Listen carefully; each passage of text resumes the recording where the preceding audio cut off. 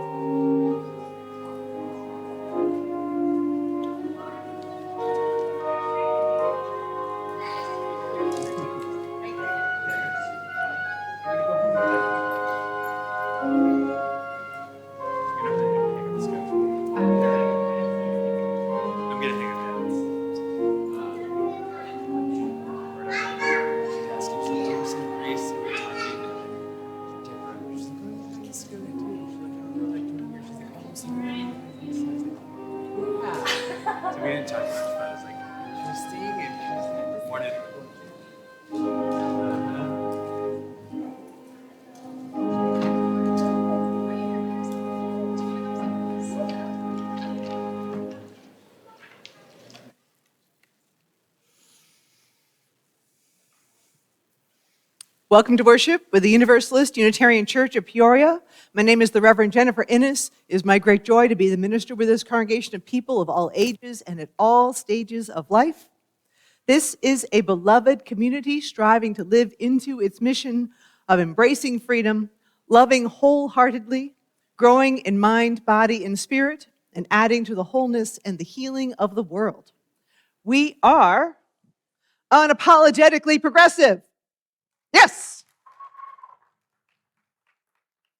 That's right. In welcoming people of all ethnicities and races, sexual orientation and gender identities, social and economic situations, politics and abilities.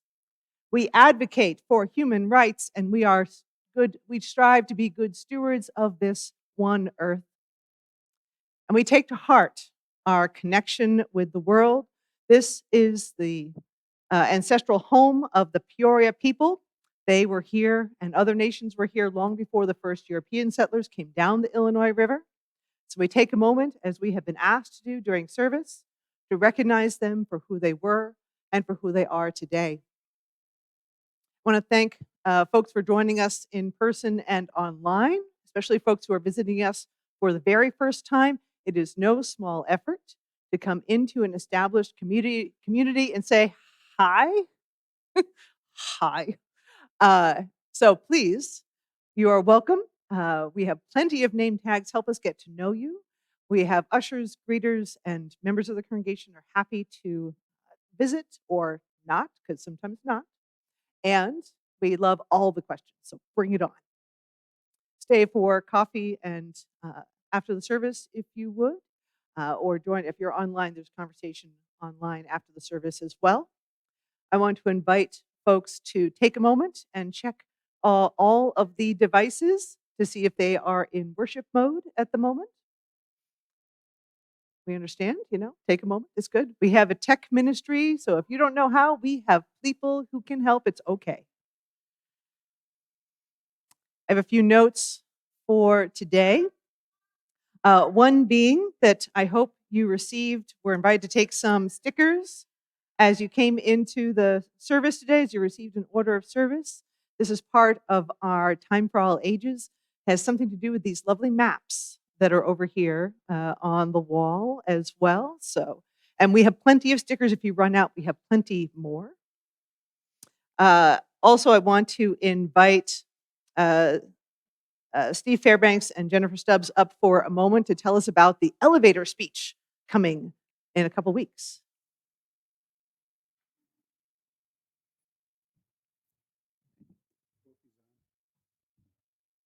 It could be on, or just use just use one.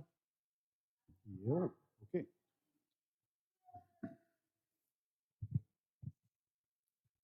Has this ever happened to you? I'm getting on an elevator.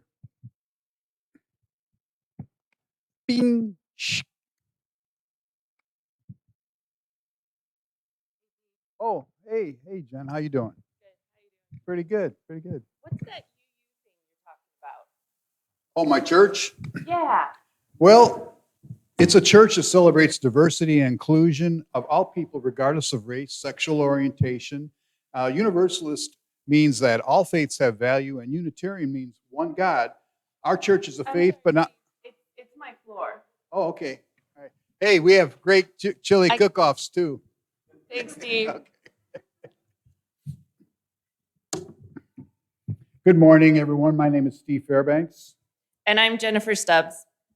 Jennifer and I have volunteered to lead a workshop titled Creating Your Elevator Speech. It's an elevator speech, not that we have 100-floor buildings, but that you have a few minutes, maybe a moment to connect with someone. And how do you make a meaningful statement? Creating Your Elevator Speech is one of several from an initiative titled Faith Forward, developed by the First Unitarian Church of Dallas. So the workshop will be here, 10:30 a.m. till noon, Saturday, the 8th of February. And by the end, you'll depart with your own elevator speech. So there's a flock note to register because there is some homework. Instead of making this 3 weeks, we're only making it 1 day. So you have to do a little homework ahead of time. So RSVP to get those links. See us after church. Thank you.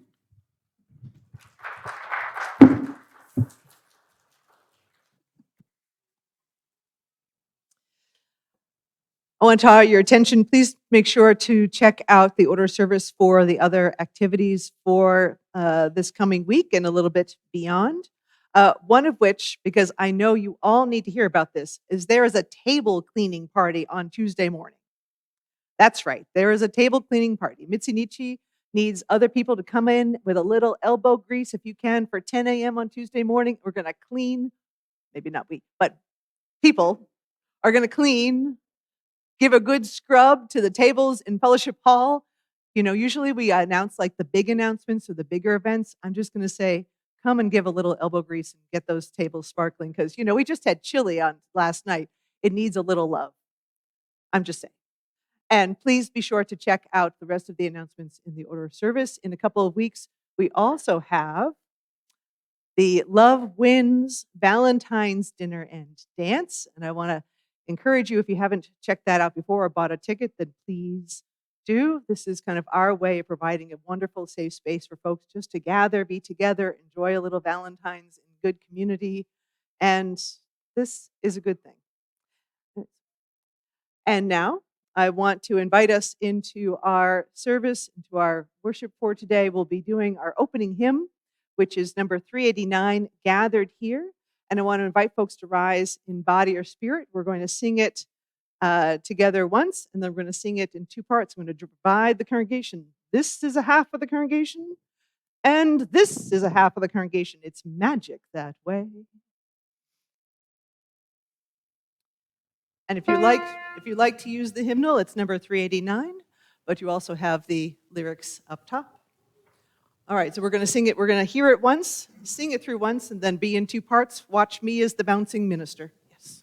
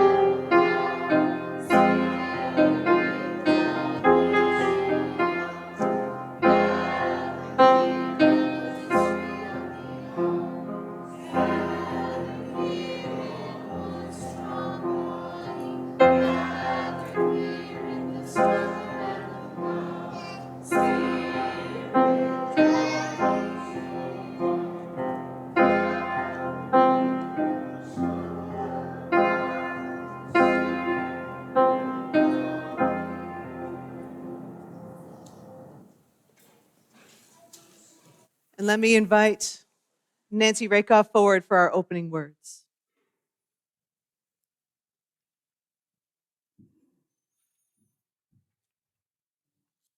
Good morning.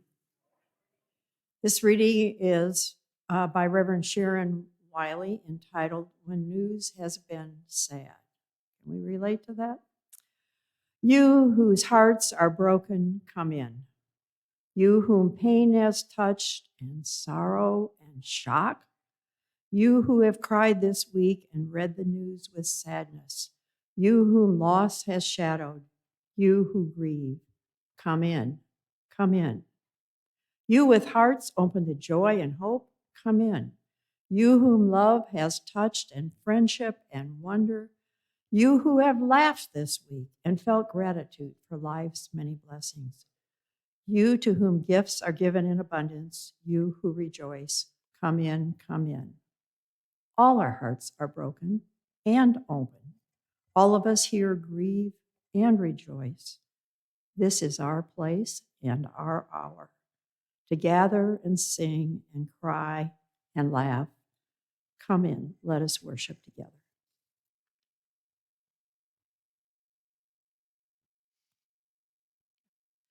And I invite Kathy McNeil forward for our chalice lighting.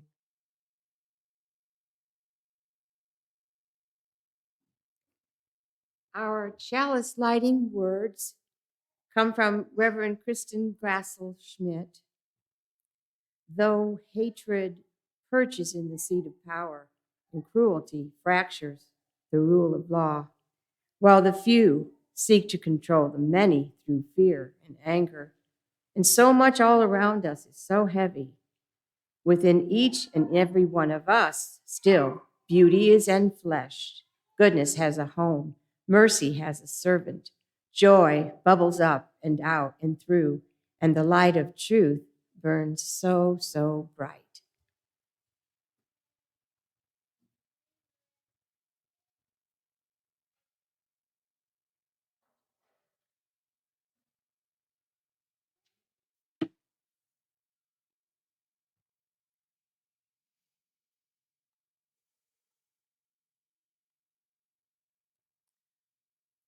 So this is our time for candles and reflection. We'll have our music for meditation, and you're welcome to come forward and light candles. If you're joining us online, you may let these candles be for you. But this time, we're also folding in our time for all ages in this moment. I hope you received small stickers with your order of service. We have more uh, as you may need them. And I want to thank my colleague, the Reverend Nancy Palmer Jones at the Unitarian Universalist Congregation of Gwinnett near Atlanta, Georgia. She did this exercise with her congregation last week, and I suspect several other congregations are doing this today. Given how the world events are and how so much is trying to separate us from our neighbors, from the world, from each other, we need a tangible sign of how much we are connected and loved, how much love there is in the world, and really remind ourselves of the scale of that care and love. Because the world is far more vast than we can comprehend, and we are not alone. So, how can we keep the entirety of humanity and the earth before us? And I think in this moment, we can mark the spots. So, during our music for meditation, take a pause and think about places of love, places of people you know, places that you love. It could be in this country, it could be in the territories, it could be all over the world. We have plenty of room. And then take the sticky dots that you have, the stickers of various kinds, and place them on those places of love and connection. Something that might represent something you love, something about the country overall.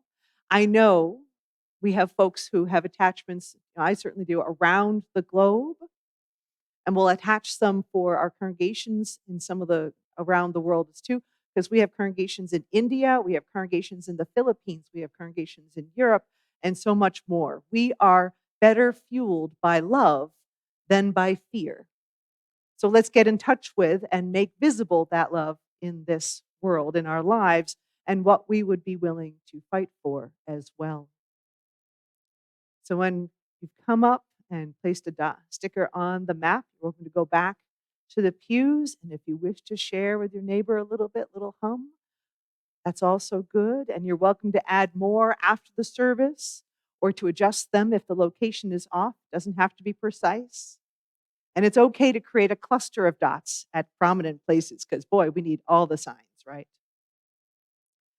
And afterward, please continue to add stickers and talk. Care shared is care amplified. And we are stronger when we remember the abundance of love that is around us. So as Sherry begins to play, please pause for a moment. Bring those places to mind and that love. Come forward and light candles and then add to the map if you desire. Let us enter into our music for meditation.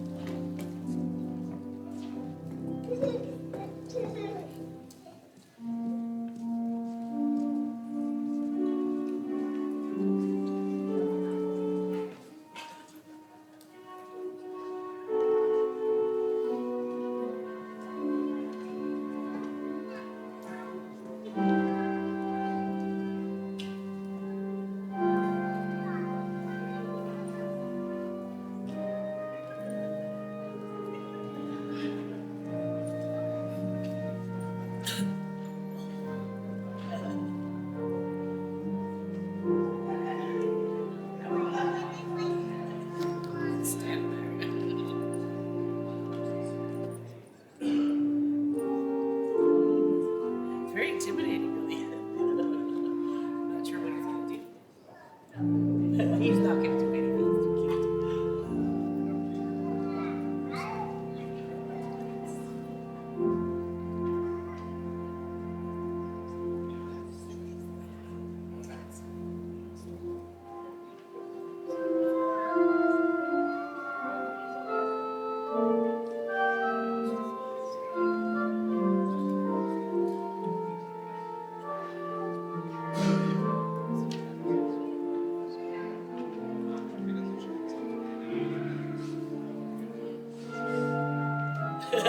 He's too cute. It's not- Hi. How are you? Not sure about that.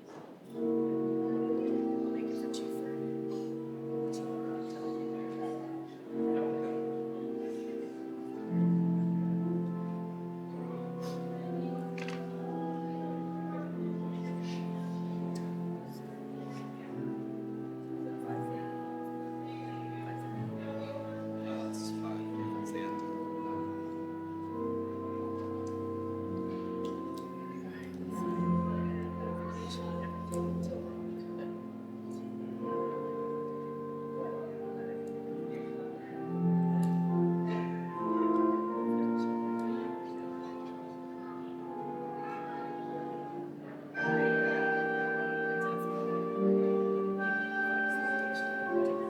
there.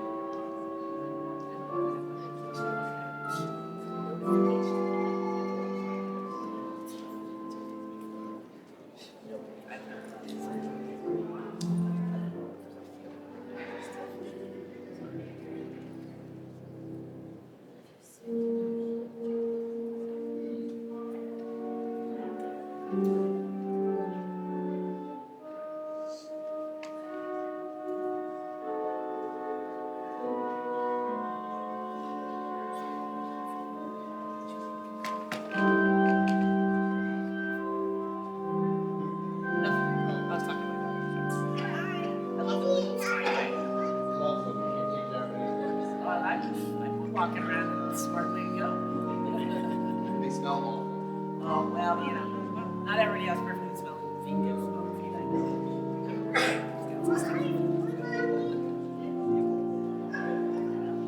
I like your hair like that. That's good. But you look like you've grown like 2 inches since I saw you. So much more mature today. Really, she does. She grow up like way bigger.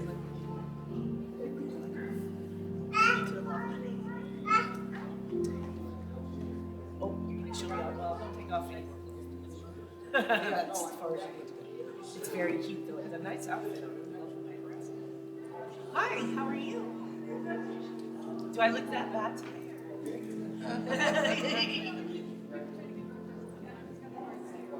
He's got it down. And it's intimidating, I'm telling you. And And he's not gonna be small. He's gonna be huge. He's gonna be beefy, yeah, so, yeah. Good, good. And, cute. He's so cute. But yeah, it's like just that stance, we're like, am I in trouble? Oh no, what did I do? Good, at your age, right on. Be your own person early.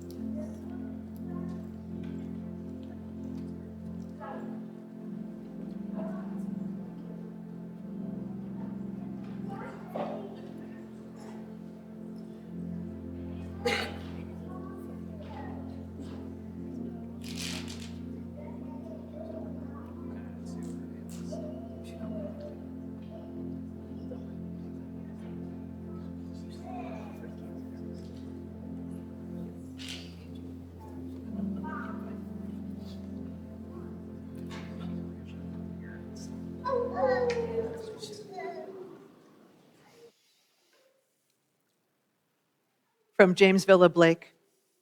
Love is the spirit of his church, and service is its law. This is our great covenant, to dwell together in peace, to seek the truth in love, and to help one another. This is the time for the sharing of joys and sorrows of the congregation. We offer a few notes of wishes for health, and also just comfort and care. Mary Mahalan Kifar asked us to send wishes for health to two of her friends. Sharon Nybert was diagnosed with bone cancer, and she will need a blood transfusion.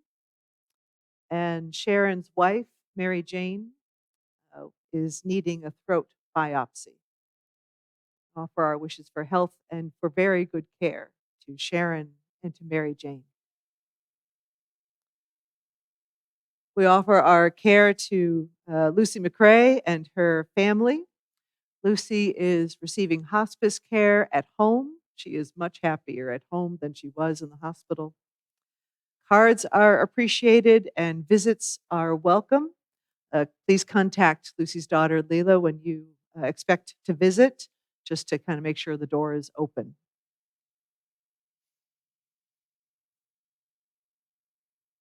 We also offer a note of sympathy to Cinda Thompson for the death of her husband, Keith Berry. Keith died on Friday after a long decline in his health. Keith's funeral information will be shared with the congregation as soon as possible. I expect it will be probably sometime this week. For this moment, we offer our support to Cinda and to Keith's family. and to all who knew Keith.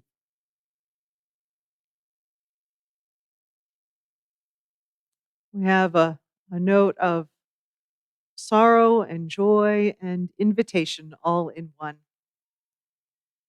BJ and Terrence Lindsay are celebrating their son Owen today on what would have been his 26th birthday. BJ and Terrence have brought cupcakes for coffee hour to share the celebration with the UU community that Owen loved so much. We extend our sympathy to BJ and Terrence for such a deep loss. It still is there, yes.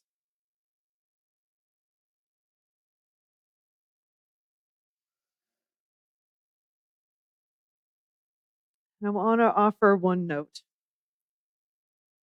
because there aren't enough words, and yet I can't have all the words for the experience of the world in this week. For now,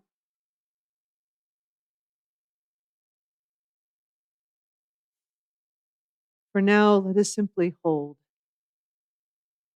one another in the recognition that the circle is wide enough to include all of us and all of the struggle, all for whom are feeling the impact of the new administration decisions immediately, and for those that will be felt along the way. May this be a place where we do our best to offer a safer place in the world, to offer comfort with each other and sympathy, to offer the strength of care and mutuality in facing all that may come. We will need one another.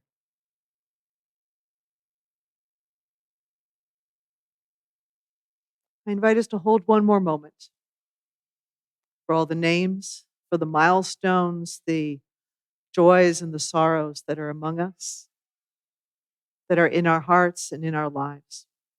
I invite us to pause and breathe together in this time, in this one moment we know we have. Note that it is quiet, not silence, that I ask for. This is fine. Amen. We are all here, and this is good. I invite us to pause and breathe.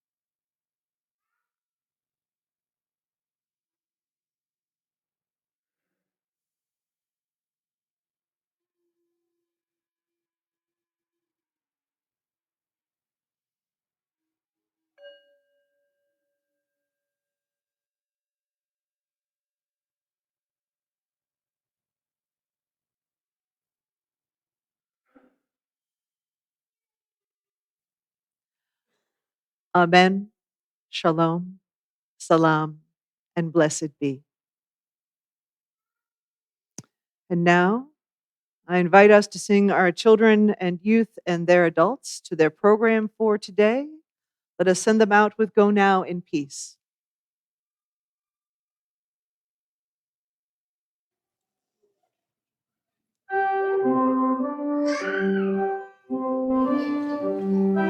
Now in peace.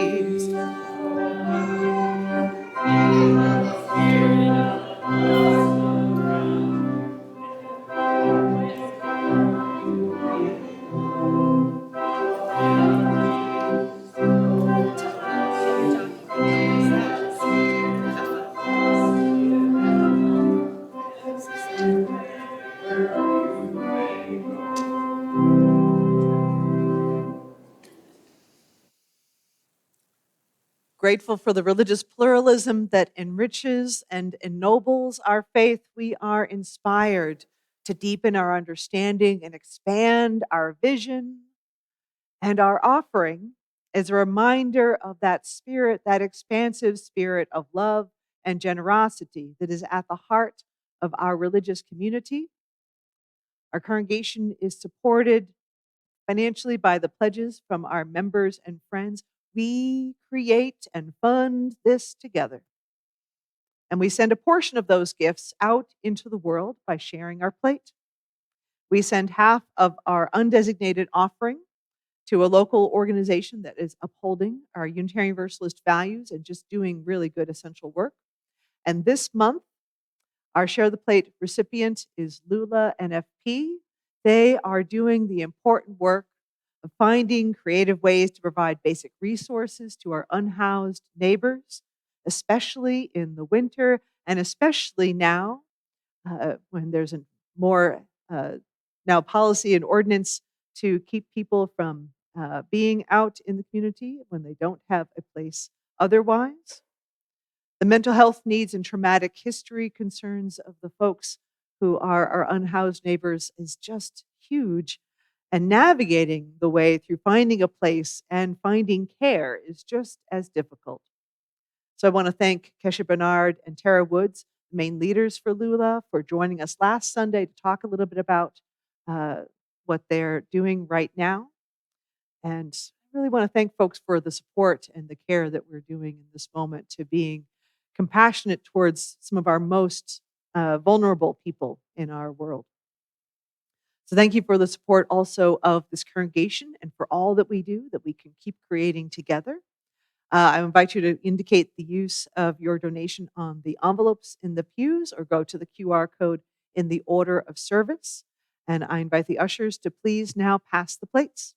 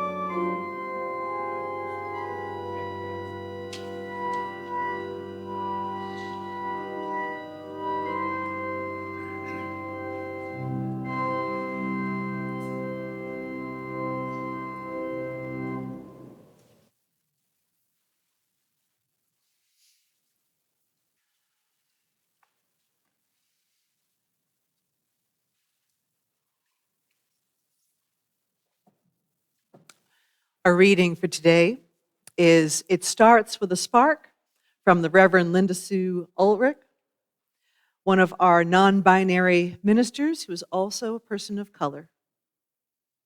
And they say,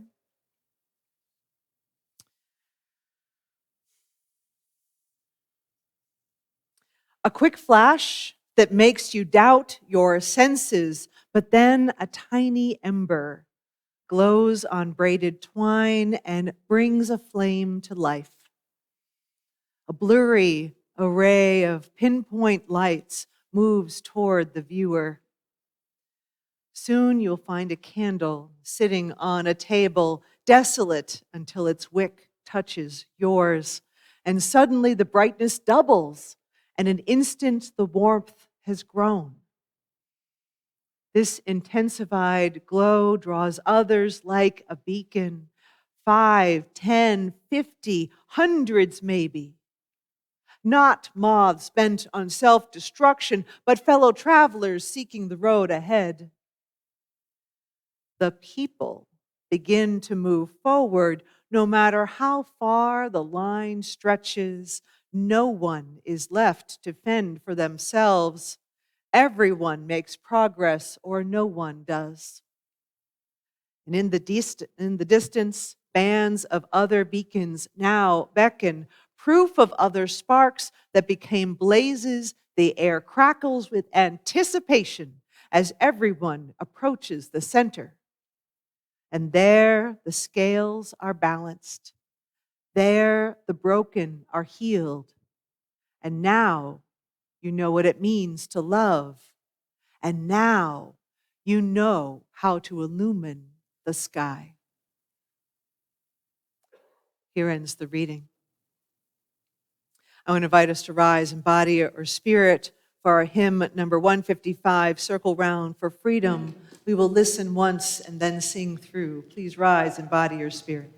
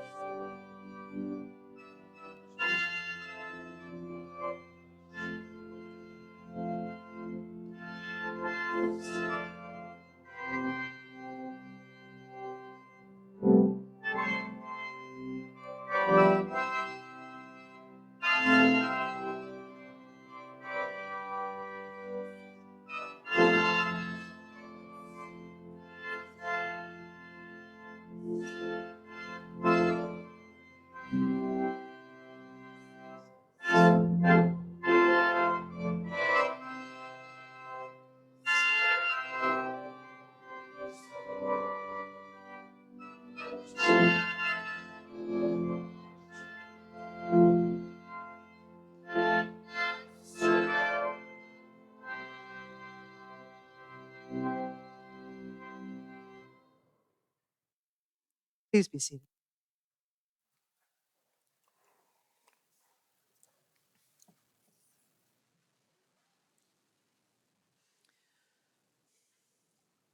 To capture a portion of the tumult since the inauguration of our current president, I turned to a preacher. 20th century Swiss theologian Karl Barth is most known for his instruction that a preacher must hold the Bible in one hand and the newspaper in the other. What a religious leader says to the congregation, to any religious community, should reveal the nature of the struggle and the heartbreaking questions of the time. It should speak to the moment. And this week, the world heard such a message during the prayer service at Washington National Cathedral as part of the inauguration events around the new administration. The Right Reverend Marianne Edgar Buddy, Episcopal Bishop of Washington, D.C. Woo! But wait, there's more. Okay. Delivered the homily in a service that had been in development since before the election. The organizers had already chosen to focus on the unity and the health of the nation and less focus on the particular president as had been done in the past. And Bishop Buddy spoke about unity. And she based it on the teachings of Jesus and older texts. She spoke about the inherent worth and dignity of every person, about honesty, about humility, all as elements of unity. And then she spoke to one final element, mercy. For the conclusion of the sermon, she spoke directly to the new president, which is part of what tends to happen in the course of this address. This is not novel. But given the backlash against her for the message, it needs to be read into every possible record, I think, including this one. I will not try to imitate her delivery because it was beautiful. But she said, "Let me make one final plea, Mr. President. Millions have put their trust in you. As you told the nation yesterday, you have felt the providential hand of a loving God. In the name of our God, I ask you to have mercy upon the people in your country, in our country who are scared now. There are gay, lesbian, and transgender children in Democratic, Republican, and independent families who fear for their lives. And the people who pick our crops and clean our office buildings, who labor in poultry farms and meatpacking plants, who wash the dishes after we eat in restaurants and work the night shift in hospitals. They may not be citizens or have proper documentation, but the vast majority of immigrants are not criminals. They pay taxes and are good neighbors. They are faithful members of our churches, mosques and synagogues, gurdwara and temples. Have mercy, Mr. President, on those in our communities whose children fear that their parents will be taken away. Help those who are fleeing war zones and persecution in their own lands to find compassion and welcome here. Our God teaches us that we are to be merciful to the stranger, for we were once strangers in this land."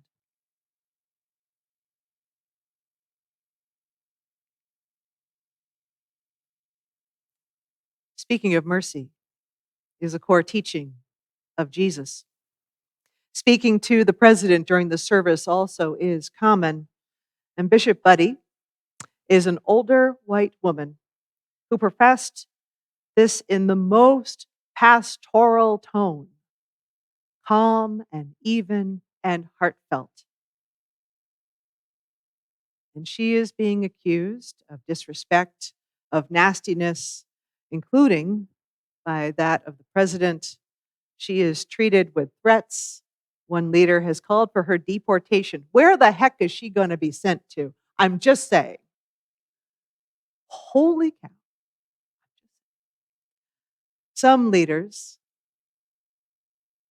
all right, this one really galls me. Some leaders are even calling empathy a sin. I have words. I have thoughts. What a terrible thing. What a terrible thing to call for mercy in church.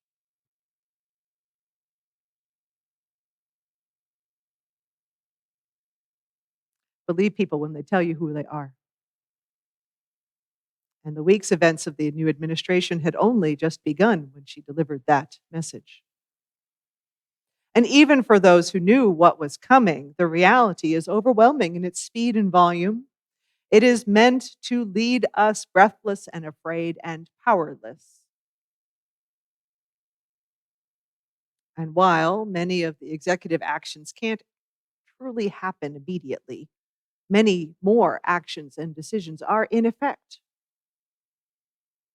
Efforts to erase trans and non-binary people from federal recognition and from society seems to take foremost this week.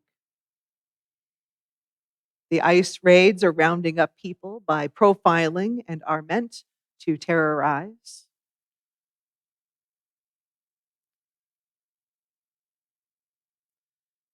They're countering civil rights efforts going back to the 1960s. Citizenship recognition going back to, I don't know, the Constitution. They're cutting off diversity, equity, and inclusion practices and funding, and thus modeling that for corporations who are jumping on any excuse to stop being inclusive. Remember, they're telling us who they are. And they're setting corporate interest and money at center stage, literally in the rotunda during the inaugural address.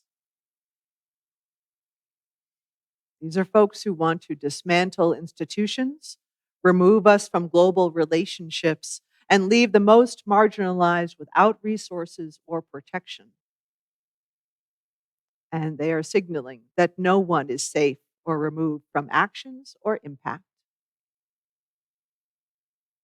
It is meant to leave us helpless and hopeless, compliant and complacent and tempted to give in before we have to.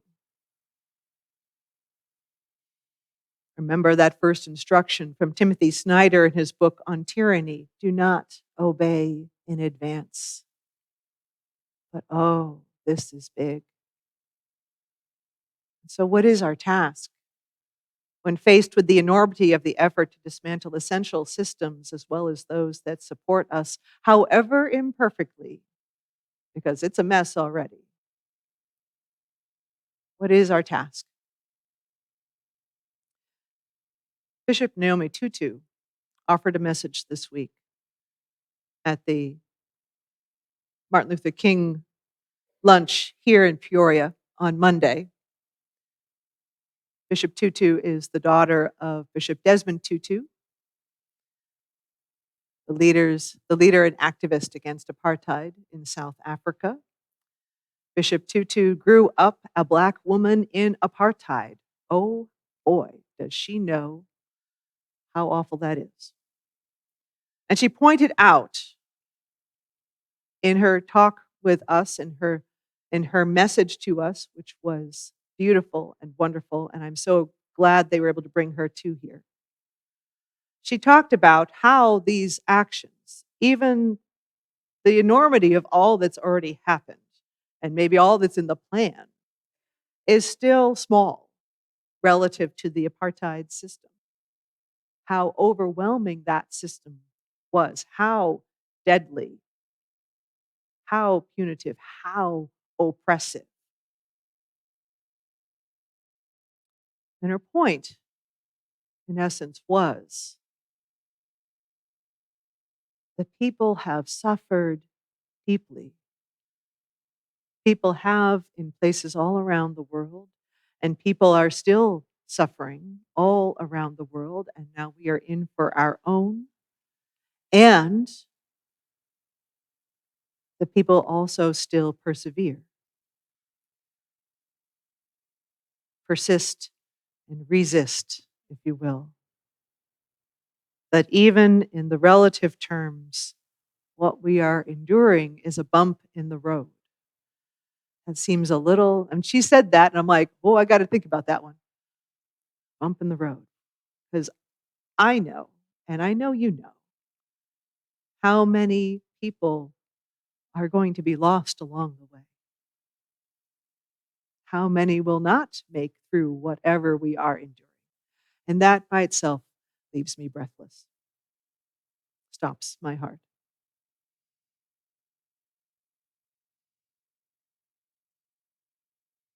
Each of us, even while the enormity is there, each of us also has a part, she says.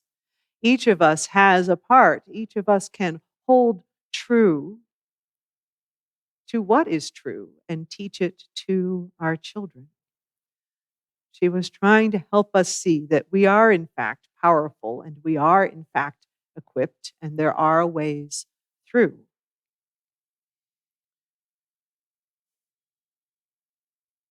And I'll offer it is and was still humbling to think that I, as a white woman, might presume to hear a word from someone who had lived through such a terribly oppressive and deadly system. But I needed it.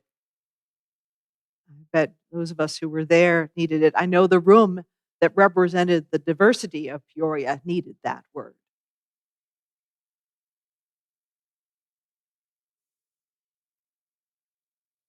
And so it is our task. What shall we do?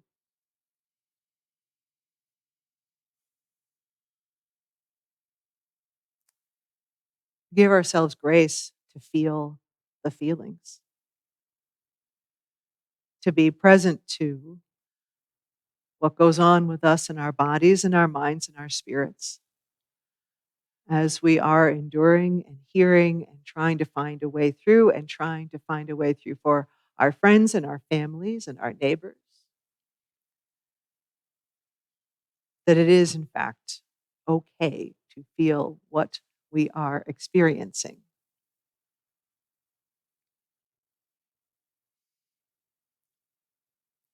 In our world, we're still quite told how to feel and when not to cry and when one shouldn't. And so just feeling the feelings is an act of resistance, I will say.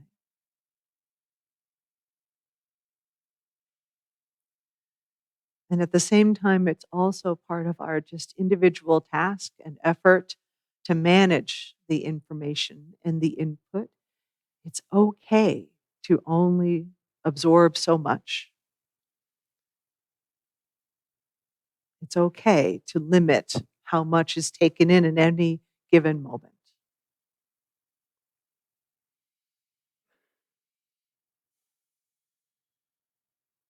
For us as individuals and for us as a congregation and for us as a community, our task includes holding true to our values and our mission. We actually get to live in a way that is not probably never expected to live into a way of being that unapologetically progressive idea that people seem to like so much when I say it from the pulpit. We're going to really have to be putting that in practice. And it may not be loud. It's going to be in different volumes. It's going to be in different paths. It's going to be in different ways. But it can, in fact, always be there. We get to live into that everyone has dignity, that each of us can search for truth and meaning, that each of us has liberation and freedom in our lives and in our hearts, that each of us is deeply connected with one another, that each has a voice and agency over our bodies, that each of us is part and parcel of a beautiful, powerful earth that we must be in good relationship with, we must take care of. We can live all of that, and it is true. For the congregation, for individuals, one of our tasks that might be one of the more important ones is to be as safe a place as possible for everyone. And as safe a place as possible does not mean I'm saying that every place is just as safe. And what that means will, in a given moment, will in fact shift, and we are imperfect at this work.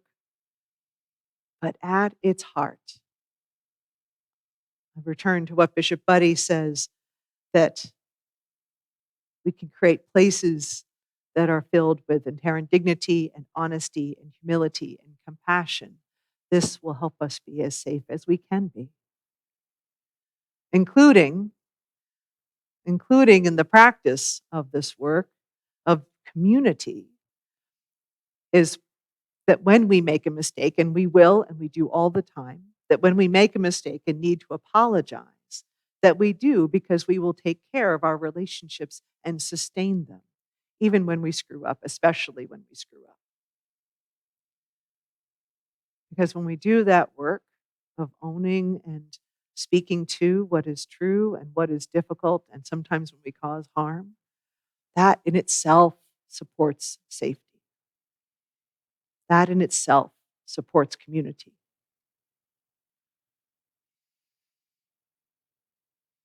One of our great tasks in terms of relationship is to be partners and champions and cheerleaders whenever possible. This is kind of the fun part. Champions and cheerleaders whenever possible. So if you happen to come to last night's chili cook-off, which was itself a bunch of cheerleading because we're all tasting each other's cooking and saying, yes, thank you. There was karaoke. And karaoke was that moment of cheerleading that I love to see. And it went all the way from, it took a minute for people to find their courage with the karaoke machine, but they did. We did. So you had people all the way from the fabulous 70-plus-year-old singers who sang Gloria Gaynor's I Will Survive. I mean, that lyric, as long as I know how to love, I'll know I'll be alive. That's a word in itself, is it not? I know. If I know how to love, I know I'll stay alive. Keep that one in front, right? All the way from I Will Survive to one of our youngest children singing the Pie song with all the trailing decimal places. I love a UU kid. Man, this is what we do. And so all the way from that, and then in continuing to invite each other to the microphone for more. That is cheerleading. That is giving each other grace and love and celebration. And wow, do we need that? We must have, to follow on that cheerleading, we need joy. We need joy, whether it's the fun of being at the chili cook-off, whether it was the joy. I think this is really joy of gathering together for the People's March last Saturday, for joining with Finding Our Place in the Resistance last Saturday afternoon, and much more. For simply being together for the MLK lunch, and also for the joy of celebrating Central Illinois Friends Open House for their new community center. All of these are pieces of joy. This is a good practice to keep before us and to help each other find it. And we need to hold to what we know is true again. Because all that we have learned about the earth, about the nature of oppression and diversity and multiculturalism and pluralism, we know that we are better when living together, when living in the fullness of our diversity, and all that we know about the range of gender identity, sexual orientation, about disability, about how we adapt to include each other, about how we must love this earth, these are all still true and among us. Each of us has a part in these tasks. Each of us and all of us, to manage that information, hold true to our values as a congregation, be as safe a place as possible, cheer each other on, and bring more joy into the world. Begin to close with Adrienne Marie Brown, a Black woman in her work on emergent strategy. She reminds us how much each of us has a part. She says, in fractal conception, I am a cell-sized unit of the human organism, and I have to use my life to leverage a shift in the system by how I am, as much as with the things I do. This means actually being in my life. And it means bringing my values into my daily decision making. Each day should be lived on purpose. She goes on to say, we need to learn how to practice love. That's such care. That such care for ourselves and others is understood as political resistance and cultivating resilience. That love, the practice of love for ourselves and others, is political resistance and cultivating resilience. The love that is among us and around us, that so profoundly holds us. We can see it in the maps, right? We have already put it out there. We already have and are creating more. It is proof of care, proof of life, proof of resistance, of resilience, proof of mercy and unity and compassion. Let us go forward into this great work and see how we may grow and become even in the most challenging of moments. Let us go forth. Amen.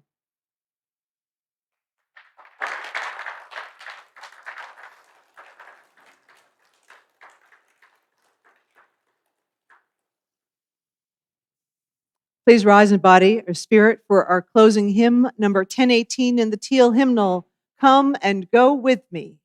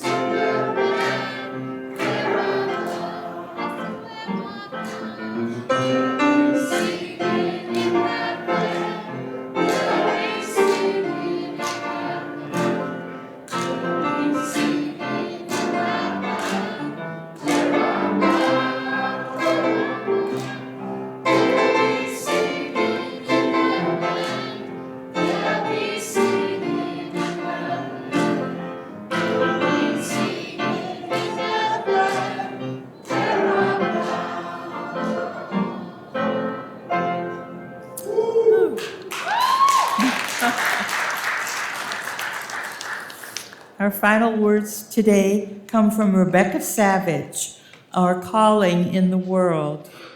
And she will repeat all the issues Jennifer has just told us about unity. We have come to the end of our surface, but not the calling in the world. We close our time together with the humble reminder that justice and equity are our spiritual practices to embrace. Each day, every day, we are blessed to be the embodiment of what is possible when justice and equity ground us in all that we do. May we go forth with the light and the warmth of our chalice in our hearts until we are together again.